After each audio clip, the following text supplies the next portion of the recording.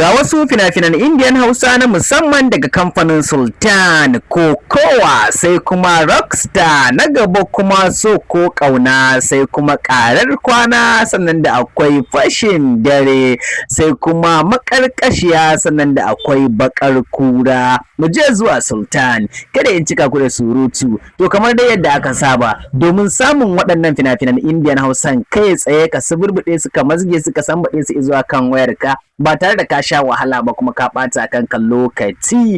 To kamar da yadda aka saba, ba za ka same su a ko ina ba sai a cikin wannan group namu na BIP wanda nake muku tallansa a ko da yaushe. To maganar gaskiya, inda kana son samun fina-finan Indian Hausa na da na yanzu, sababbi da kuma tsofaffi da waɗanda kaga ana gyara su a zuba a TikTok a yanyanka a sa kuma ka rasa yadda za ka dinga samun su, to kawai nesa ta zo kusa, kakarka ta yanke saƙa. Sambaɗa lamba ɗaya da kake gani akan wannan bidiyo kamar magana akan WhatsApp ko akan Telegram ce ne dan kokiya, ni ma ina buƙatar shiga wannan tsarin naku na BIP. Sai dai ba kyauta ake shiga wannan group din ba, zaka biya 'yan kuɗaɗen ka sa'annan a saka ka a cikin wannan group din da zaka dinga saukar da fina-finan Indian Hausa.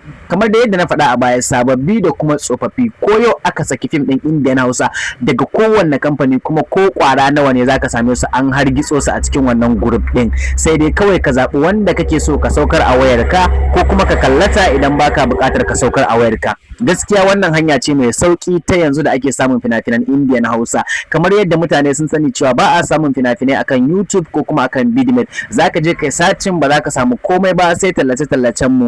To gaskiya karka damu, wannan tallan gaskiya ne kwarai kuwa, babu wayo babu yaudara a cikin sa.